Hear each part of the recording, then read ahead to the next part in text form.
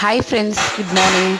காலையில் எழுந்ததும் என்ன குழம்பு செய்யலான்னு திங்க் பண்ணேன். சரி, செடியில் போய் கொஞ்சம் கொஞ்சமாக அங்கங்கே சிறுகீரை இருந்தது, மணத்தக்காளி கீரை, கத்திரிக்காய், ஒரு தக்காளி இருந்துச்சு, கொஞ்சம் பச்சை மிளகா, எல்லாத்தையும் ஃப்ரெஷ்ஷாக பறிச்சிட்டு வந்தாச்சு.